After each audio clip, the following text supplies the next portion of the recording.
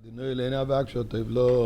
dear friends, let's take some tzedakah, put it in a pushka, put it together, and we're done with the chametz. It's out. There's no more ego. Now we're focusing on the Pesach. And we're going to start the night singing Man Ishtana, like every child knows the Man Ishtana, from young and old, we all know the 4 questions. But really there's a 5th question. And the 5th question is, Man Ishtana Laila Zeh. Laila, night. Why is this night different than any other night? Night refers to exile. Why is this exile, the present exile that we're in already 2,000 years, different than the previous exiles? Egypt we came out, Babylon we came out, Persia we came out, and this one is like we say here in Quebec, the never-ending. Doesn't seem to finish. Man Ishtana Laila Zeh, we asked the God, why is this exile any different than the previous exiles? But just like everything else in the Seder, we ask a question and we're supposed to get an answer. In this particular case, we don't want an answer. We don't want an explanation. We want a solution. We don't want to get the reason why we're still in exile. No, we want out. And therefore, we do all kinds of very interesting symbols, practices, customs throughout the Seder to emphasize that while we commemorate the past exile, we focus on the redemption. Let me give you a few examples. Not in any special order of the Seder, although Seder means order, as you know.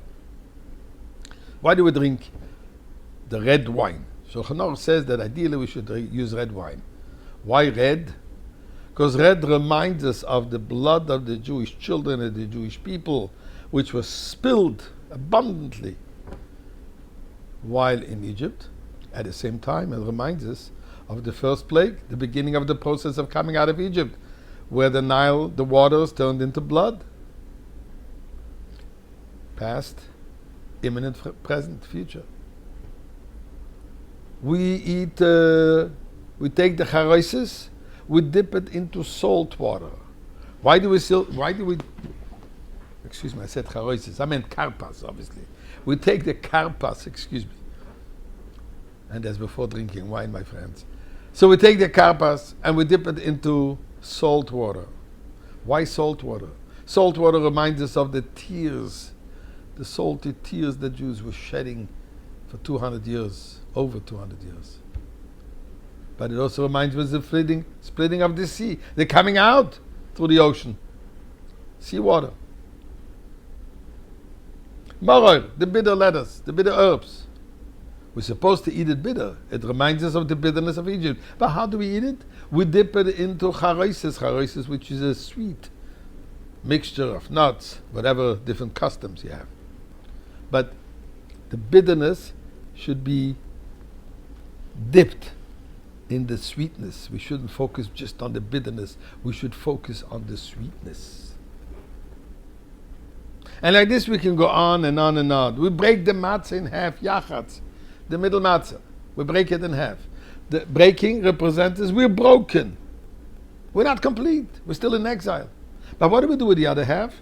We put it away for the afikomen, for the dessert, which reminds us of the Korban Pesach, the Paschal Lamb, which is all about redemption. So we keep on going from remembering the past, but focusing on the imminent future.